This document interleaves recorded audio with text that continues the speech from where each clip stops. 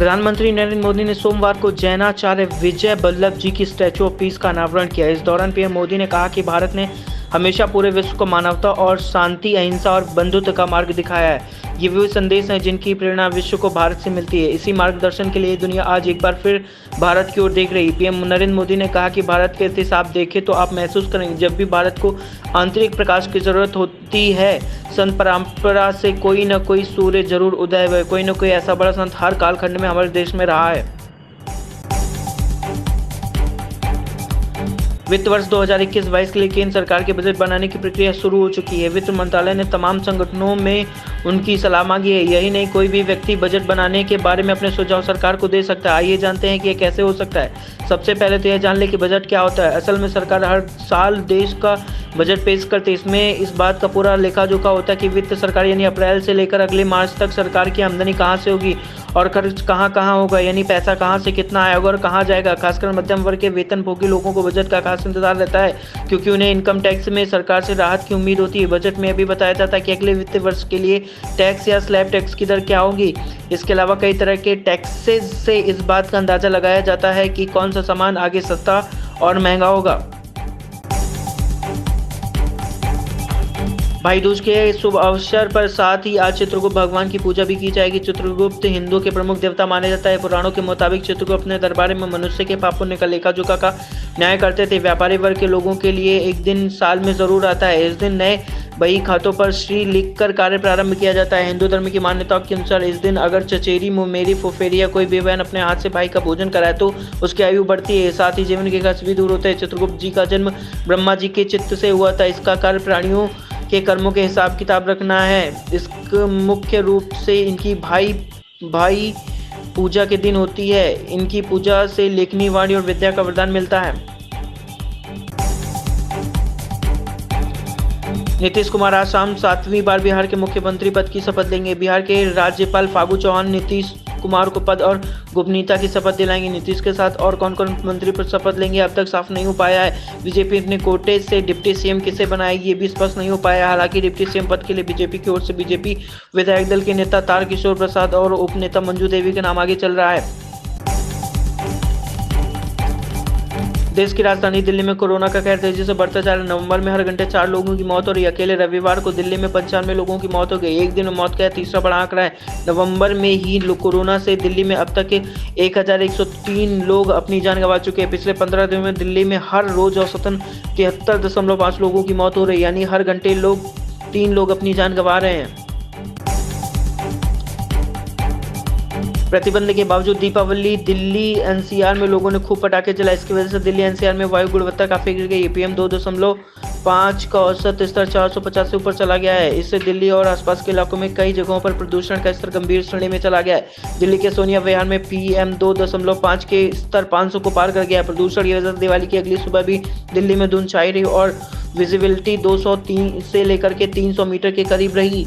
पड़ोसी राज्यों में पराली जलाने की वजह से भी दिल्ली में प्रदूषण का स्तर बढ़ गया है। बिहार विधानसभा चुनाव और उत्तर प्रदेश उपचुनाव में बीजेपी की सफलता के बाद उत्तर प्रदेश के मुख्यमंत्री योगी आदित्यनाथ उत्तराखंड की 2 दिवसीय यात्रा पर। सीएम योगी ने उत्तराखंड के केदारनाथ धाम बाबा के दर्शन किए। केदारनाथ धाम के कपाट बंद होने के साथ ही सोमवार को सीएम योगी बद्रीनाथ धाम जाएंगे। वह यूपी सरकार के पर्यटक आवास गृह का शिलान्यास भी करेंगे। बीजेपी के वरिष्ठ नेता और विधायक नंदकिशोर यादव को बिहार विधानसभा का स्पीकर बनाया जा सकता है। नंदकिशोर यादव ने पटना साहिब विधानसभा में लगातार 7वीं बार जीत हासिल की। नंदकिशोर यादव बिहार बीजेपी के बड़े नेता माने जाते हैं। नंदकिशोर यादव पिछली बार नीतीश कुमार सरकार में पथ निर्माण मंत्री की जिम्मेदारी का पद संभाल रहे थे। सूत्रों के मुताबिक बीजेपी नेतृत्व नंदकिशोर यादव को विधानसभा का स्पीकर बनाया जा सकता है। बता दें कि बिहार में एनडीए को बहुमत तो मिला है, लेकिन एनडीए के पास सरकार गठन के लिए जरूरी 122 विधायकों को मात्र 3 विधायक ही ज्यादा हैं। सुप्रीम कोर्ट ने उत्तर प्रदेश के हाथरस कांड की पीड़िता के घर जा रहे केरल के पत्रकार सिद्दीकी कंपन की गिरफ्तारी के मामले में यूपी सरकार को नोटिस जारी कर जवाब मांगा है। वरिष्ठ वकील कपिल सिब्बल ने सिद्दीकी की ओर से बहस करते हुए कहा, प्राथमिकी में उनके खिलाफ कोई अपराध नहीं बताया गया है। वह 5 अक्टूबर से जेल में जब मजिस्ट्रेट पत्रकार से मिलने की अनुमति मांगने गए तो उन्होंने कहा कि जेल जाओ। बता दें कि हाथरस में एक दलित लड़की से कथित सामूहिक बलात्कार की घटना हुई थी और बाद में उसकी दिल्ली के सफदरजंग अस्पताल में मृत्यु हो गई थी। राजस्थान में महिलाओं के साथ होने वाले अपराधों में कमी होती नजर नहीं आ रही। राजधानी जयपुर में दिवाली की रात एक दुष्कर्म पीड़िता को जिंदा जलाने का सनसनीखेज मामला सामने आया है। दुष्कर्म के आरोपी ने पीड़िता के घर पर पेट्रोल छिड़ककर उसे आग के हवाले कर दिया। पीड़िता के शरीर का 70% हिस्सा बुरी तरह झुलस गया है। अस्पताल में वह जीवन व मौत से भी जंग लड़ रही। बताया गया है कि दिवाली की रात गुस्से में आरोपी पीड़ित के घर पहुंचा और उसने पूजा कर रही पीड़िता पर पेट्रोल छिड़ककर आग लगा दी। मां को जलता देख नाबालिग बेटी उसे बचाने के लिए आ गई, लेकिन आग की लपटों की चपेट में आकर वह भी बुरी तरह से झुलस गई। वारदात स्थल पर पहुंची पुलिस ने महिला और बालिका को फौरन अस्पताल में भर्ती करवाया है। वहीं आरोपी को भी गिरफ्तार कर अस्पताल भेजा गया, क्योंकि पीड़िता को जलाने के दौरान उसका हाथ भी झुलस गया था। कर्नाटक के हावेरी जिले में एक सनसनीखेज अपराध का मामला सामने आया है। यहाँ पर एक वहसी बेटे ने कथित रूप से अपनी मां के साथ रेप की घृणित वारदात को अंजाम दिया और इसके बाद उसने अपनी मां की हत्या भी कर दी। पुलिस ने इस मामले में आरोपी शिवप्पा को गिरफ्तार कर लिया है। कर्नाटक की हावेरी पुलिस ने कहा है कि 21 साल के शिवप्पा को अपनी ही मां के साथ दुष्कर्म करने और इसके बाद हत्या करने के आरोप में गिरफ्तार किया गया। पुलिस के मुताबिक शिवप्पा ने अपने अपराध को स्वीकार कर लिया है। वनहल्ली गांव के रहने वाले शिवप्पा से पुलिस पूछताछ कर रही है। पुलिस की जांच में पता चला है कि शिवप्पा के पिता की मौत लगभग 2 साल पहले हो गई थी। पुलिस का कहना है कि इसके बाद शिवप्पा की मां दूसरे पुरुष से संबंध हो गए थे। युवा शिवप्पा इस रिश्ते के सख्त खिलाफ था और वह बार बार अपनी मां को इसके खिलाफ चेतावनी भी दे रहा था। बिहार के वैशाली में लड़की को जिंदा जलाकर मार डालने का मामला तूल पकड़ता जा रहा है। घटना के 15 दिन बाद भी किसी भी आरोपी की गिरफ्तारी न होने से गुस्साए लोगों ने रविवार देर रात प्रदर्शन किया। हालांकि पुलिस की दखल के बाद देर रात ही लड़की का अंतिम संस्कार कर दिया गया। दरअसल वैशाली में छेड़छाड़ का विरोध करने पर 20 साल की एक युवती को गाँव के दबंगों ने जिंदा जला दिया था। घटना देसरी थाने के रसूलपुर हबीब की है। कानपुर में देर रात अचानक मौसम ने दी दस्तक और मौसम में परिवर्तन हो गया और देखते देखते आसमान में काले बादल मंडराने लगे। वहीं थोड़ी देर में तेज हवाओं के साथ शुरू हुई आंधी और बारिश ने मौसम में नमी ला दी। बताया जा रहा है कि मौसम वैज्ञानिकों ने प्रदेश भर में पहले ही आंधी और बारिश की संभावना व्यक्त की थी, जिसके चलते देर रात झमाझम बारिश से मौसम परिवर्तन के साथ ठंड में इजाफा कर दिया है।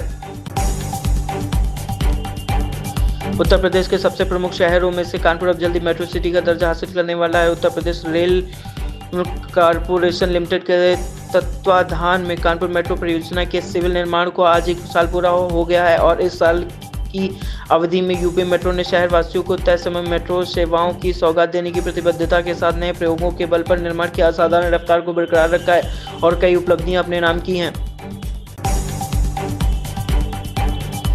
गाजियाबाद, नोएडा, ग्रेटर नोएडा, फरीदाबाद और गुरुग्राम में वायु गुणवत्ता गंभीर श्रेणी में दर्ज की गई। एक सरकारी एजेंसी ने यह भी जानकारी दी कि केंद्रीय प्रदूषण नियंत्रण बोर्ड की तरफ से उपलब्ध कराए गए गुणवत्ता सूचकांक के अनुसार दिल्ली के सबसे निकट 5 शहरों की हवा में प्रदूषण कारक तत्व PM 2.5 और PM 10 की मात्रा भी अधिक बनी रही। सूचकांक के अनुसार 0 से 50 के बीच AQI को अच्छा, 51 और 100 के बीच संतोषजनक और 101 से 200 के बीच मध्यम और 200 से 201 और 300 के बीच खराब और 301 और 400 के बीच बेहद खराब और 400 से 500 के बीच गंभीर माना जाता है। खबर कानपुर से है, जहां पर पानी का छींटा पड़ने पर 2 संप्रदाय के लोगों में जमकर पथराव किया। पथराव में घायल एक युवक की मौत और कई लोग घायल हो गए। एक चकेली के वाजिदपुर की घटना बताई जा रही है। वहीं 2 लोगों को हिरासत में ले लिया गया। मौके पर कई थानों की फोर्स और आला अधिकारी मौजूद रहे। खबर कानपुर के घाटमपुर से, जहां पर कार और बाइक की जोरदार भिड़ंत हो गई है। बाइक सवार पिता पुत्र और गंभीर रूप से घायल भी हो गए हैं। राहगीरों की सूचना पर पहुंची पुलिस ने घायल बाप बेटे को अस्पताल में पहुंचाया। CSC भीतरगांव डॉक्टरों ने प्राथमिक उपचार के बाद पिता को जिला अस्पताल रेफर कर दिया है और पुत्र को मृत घोषित कर दिया है। सार थाना क्षेत्र के दौलतपुर मोड़ की घटना बताई जा रही है। बिलौर कस्बे के बीचों बीच स्थित बापू गेस्ट हाउस में दीपावली की शाम अचानक आग लग गई, जिससे आसपास के क्षेत्रों में हड़कंप मच गया।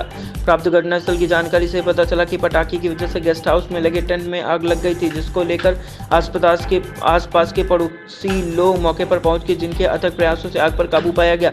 आसपास के मौजूद लोगों ने बताया कि समय रहते आग पर काबू पा लिया गया था, वरना बहुत बड़ा नुकसान हो सकता था। खबर कानपुर के घाटमपुर से, जहां पर दिवाली की रात्रि को 6 वर्षीय मासूम की नृशंसम हत्या कर दी गई। तंत्रभंग के चलते की गई किशोरी की जघन्य हत्या, मासूम के शरीर के अंदरूनी अंग गायब, धारदार हथियारों का हुआ था प्रयोग। शाम को दुकान से सामान लेने के लिए निकली थी मासूम, वापस न लौटने परिजनों ने रात की खोजबीन, प्रातःकाल ढूंढने के निकले ग्रामीणों को काली मंदिर के पास मिला छत विक्षत शव। मौके पर भारी पुलिस बल मौजूद, ग्रामीण उठने नहीं दे रहे शव। रक्त रंजित शव के पास पड़े मासूम की चप्पलें व खून। हत्या से ग्रामीणों में भारी आक्रोश, मौके पर भारी भीड़ मौजूद भी रही। प्रतापगढ़ दीपावली की खरीदारी के समय मेले में महिला से छेड़छाड़ी, पड़ी दबंग को भारी। विरोध करने पर भिड़ा युवक, तो महिलाओं ने पूजा से पहले इस्तेमाल की झाड़ू से महिलाओं ने चलाई जमकर झाड़ू, युवक को जमकर पीटा। इस दौरान मची रही अफरा तफरी, लोग बीच बचाव में जुटे रहे, महिलाएं झाड़ू चलाती रही। मारपीट का वीडियो भी वायरल हो रहा है। कल शाम बताया जा रहा है कि जटवाड़ा थाना के नौबस्ता क्षेत्र की है घटनास्थल पर कोई पुलिसकर्मी मौजूद नहीं था, इसलिए जमकर हुई मारपीट। जटवाड़ा थाना क्षेत्र के संजय पांडे की लापरवाही सामने उजागर हुई है। पुलिस अधीक्षक अनुराग के आदेश के बावजूद भी मार्केट में कोई भी पुलिस अधिकारी दिखाई नहीं दिया। यूपी के सहारनपुर के बेटहट थाना क्षेत्र में गोवंश को गोली मारने के मामले में हरियाणा के पूर्व मंत्री निर्मल सिंह के खिलाफ शाम मुकदमा दर्ज किया गया है। 3 दिन पूर्व हुई थी। इस घटना को लेकर हिंदू संगठनों द्वारा हंगामा करने के बाद ही पुलिस ने पीड़ित द्वारा की गई नामजद तहरीर पर मुकदमा दर्ज किया। मामला सामने आने के बाद हिंदू संगठन के नेता हरीश राष्ट्रवादी ने सोशल मीडिया पर पोस्ट डालकर हरियाणा के पूर्व मंत्री निर्मल सिंह पर बर्था कोर्सी में रह रहे एक वन गुर्जर परिवार के गोवंश को गोली मारने का आरोप लगाया था। यह पोस्ट प्रधानमंत्री नरेंद्र मोदी, सीएम योगी आदित्यनाथ, सहारनपुर पुलिस और यमुनानगर पुलिस को भी ट्वीट की गई थी। इससे पहले बजरंग दल व विश्व हिंदू परिषद के कार्यकर्ता पीड़ित मानदिंग के साथ कोतवाली पहुंचे और तहरीर देकर मुकदमा दर्ज कराने की मांग की। अमेठी जिले के नवीन मंडी जायस में अनियमितताओं का बोलबाला है। किसानों के फर पर व्यापारियों का है अवैध कब्जा। क्रय केंद्र पर किसानों की समय से तौल न होने से बारिश में हजारों बोरी धान भीग रहा है, जिससे किसानों में छाई मायूसी है। मंडी समिति ने धान खरीद के लिए क्रमशः विपणन क्रय केंद्र FCI व मंडी समिति के खोले गए हैं। 3 क्रय केंद्र जहां पर भारी अनियमितताओं का बोलबाला है। यहां ADM और SDM ने औचक निरीक्षण भी किया, लेकिन व्यवस्थाओं में कोई सुधार नहीं देखने को मिल रहा है। मंदिरों में अर्पण के बाद फेंके या नदियों में प्रवाहित किए जाने वाले फूल अब रोजगार का जरिया बन गए हैं। महायोगी गोरखनाथ कृषि विज्ञान केंद्र और CMAP ने इन फूलों को महिलाओं की आय का माध्यम बना दिया। सरकारी प्रवक्ता ने जानकारी दी। राज्य सरकार के एक प्रवक्ता ने बताया कि मुख्यमंत्री योगी आदित्यनाथ ने गोरखपुर में CISR CMAP लखनऊ के तकनीकी सहयोग से महायोगी गोरखनाथ कृषि विज्ञान केंद्र द्वारा गोरखनाथ मंदिर में चढ़ाए गए फूलों से निर्मित श्री गोरखनाथ आशीर्वाद अगरबत्ती का लोकार्पण किया। मुख्यमंत्री ने इस अवसर पर कहा कि अब तक मंदिरों में चढ़ाए गए फूल फेंक दिए जाते थे या नदियों में प्रवाहित कर दिए जाते। उन्होंने कहा कि इससे आस्था भी आद होती है और कचरे का संकट भी हो रहा था। उन्होंने कहा कि महायोगी गोरखनाथ कृषि विज्ञान केंद्र और CMAP ने इन फूलों की महिलाओं की आय का जरिया बना दिया है।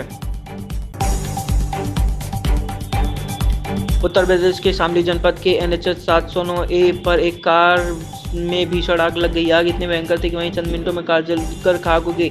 आसपास के लोगों ने धू कर जल रही कार का लाइव वीडियो कैमरे में कैद कर लिया। जलती कार का वीडियो और तस्वीर सोशल मीडिया पर भी वायरल हुई। देखते ही देखते आग की लपटें विकराल रूप ले लिया। हालांकि कार में लगने का कारण अभी तक स्पष्ट नहीं हो पाया है। सूचना के मुताबिक जलती कार में किसी प्रकार की जनहानि होने की बात अब तक सामने नहीं आई है।